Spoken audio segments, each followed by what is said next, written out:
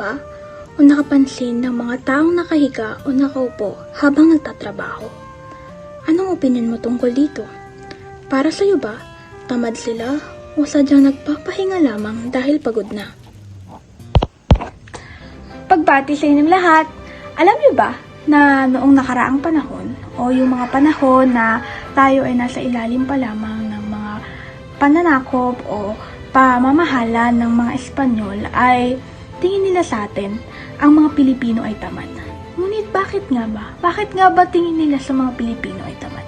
Dahil nakikita daw nila tayong mga Pilipino na nakahiga, nakaupo o nagpapahinga habang nagtatrabaho. Gayon din na nakikita nila na ang taas-taas pa ng araw, marami pang oras, hapon pa lamang. Pero nakahiga o nagpapahinga na nga ang mga tao. Noong late 80s ay nagsulat ng isang sanaysay ang ating pambansang bayani tungkol dito. Nilalaman nito ay ang mga dahilan kung bakit laging nagpapahinga ang mga Pilipino habang nagtatrabaho ay dahil gising sila mula madaling araw hanggang madaling araw ulit, tulad ni Kuyang driver ng jeep. Si Kuya na maaaring masabihan na tamad dahil nakikita lamang natin siyang nakatambay sa kanyang jeep imbis na ibiyahe ito. Ngunit ang hindi natin alam, simula pala madaling araw ay bumabiyahe siya at kinakailangan lamang niya ng kaunting oras ng pahinga dahil siya ay babalik muli sa pagbabiyahe.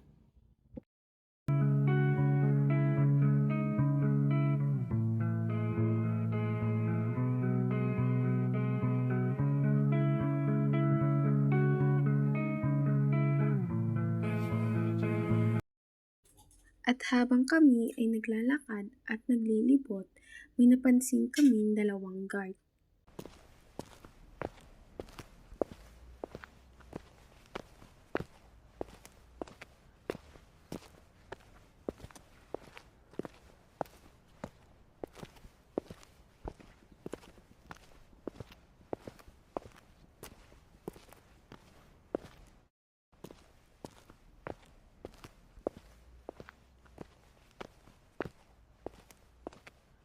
Sina Kuya ay maaaring makita natin na hindi ginagawa ang kanilang trabaho dahil nakita naman natin na nagkukwentuhan lamang sila sa isang gilid.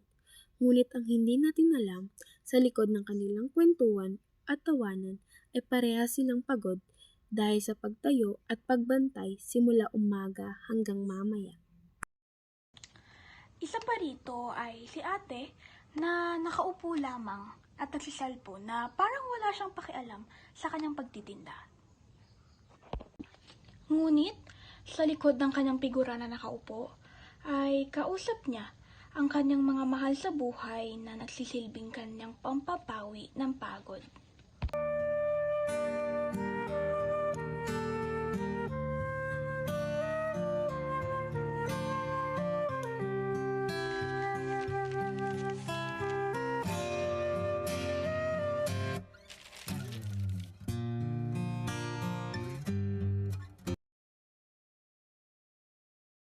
Kayo ba? Naniniwala o sumasang-ayon ba kayo na tamad ang mga Pilipino? Katulad na lang ng dalawang na-interview namin, naniniwala sila na hindi tamad ang mga Pilipino. Sa katotohanan pa nga nito, napakasipag natin. Ginagawa natin ang lahat para lamang maisalba ang isang araw.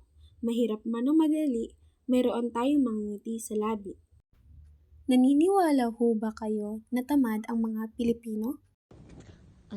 For me siguro, hindi. Kasi nung panahon ng mga Espanyol, like, sila yung nagsasabi ng tamad yung mga Pilipino. Syempre, sinasakop nila tayo, which means na nagtatrabaho tayo para sa kanila. Like, parang tulad nga sa sinabi ni Rizal na maaga talaga or madaling araw yung gising ng mga Pilipino para magtrabaho. Syempre, magtrabaho or manilbihan para sa mga Espanyol. Same din siya sa parang happenings ngayon na nagtatrabaho yung mga Pilipino from 8 a.m. to 5 p.m. office hours. Kaya hindi ko rin masasabi na tamad talaga lahat kasi may mga tao din naman talaga na ganun, na maaga ngang gumigising. So yung pahinga nila is tulog na lang pagdating sa hapon or pagdating ng break time. Like parang, anong tawag dito? Kumbaga, inaalat na lang yung time para sa pahinga. Hindi na sa para kung ano pa yung ginagawa. Siguro, nami-misinterpret lang ng mga tao na tamad kasi nga tulog or nagpapahinga, like ganun. Pero syempre kasi, marami nga ginagawa eh. Ganun, yun na naman, ayoko nang magsalita about sa iba kasi masyadong subjective yung yung statement. Kasi hindi naman lahat, hindi natin kilala lahat. Pero mostly, ganun nga yung nangyayari. Para po sa akin, di naman talaga tamad ang mga Pilipino eh. Kunyari na lamang kung madalas silang nakikitang tulog. Yung mga Pilipino sa hapon, hindi naman siya sapat na dahilan para masabihan or matawag silang tamad.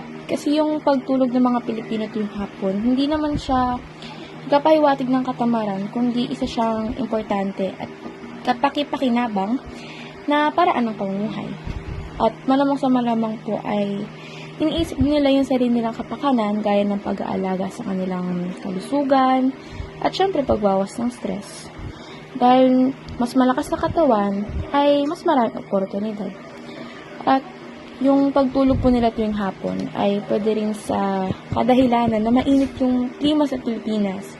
Mas nakakapagod kaya magtrabaho kapag mainit yung panahon.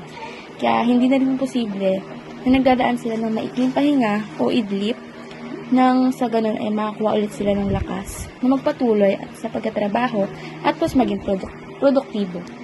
Sa bawat pagod at pawis na nilalaan nila, kaakibat nito ang kakarampot na sahod. Kung sa iba ay maling magpahinga habang nagtatrabaho, sa tingin ko naman ay hindi ito mali. Lalo na kung may mga rason naman sila. Iba't iba tayo ng pananaw sa buhay. Maaari mong masabihan ng isang taong tamad. Ngunit, kilala mo ba siya? Alam mo ba ang kanyang pinagdadaanan? Sa social idea ni Rizal ay ipinaliwanag kung anong hirap ang pinagdaanan ng mga Pilipino sa kamay ng mga Espanyol. Kaya't gano'n na lamang sila kung tatuhin na para bang mga tamad. Di kalaunan ay napasa rin sa atin ang mga traits na ito. Pero ang totoo ay hindi naman talaga tayo tamad. Hindi talaga tamad ang mga Pilipino. Sadyang pagod lang sila sa kanilang mga trabaho. Dahil tao lang din naman tayo. Sa aming ginawang documentary ay napagtanto namin na mahalagang ang pagkakaroon ng pahinga, may trabaho man o wala. Kaya para sa amin, mahalaga ang social idea ni Dr. Jose Rizal.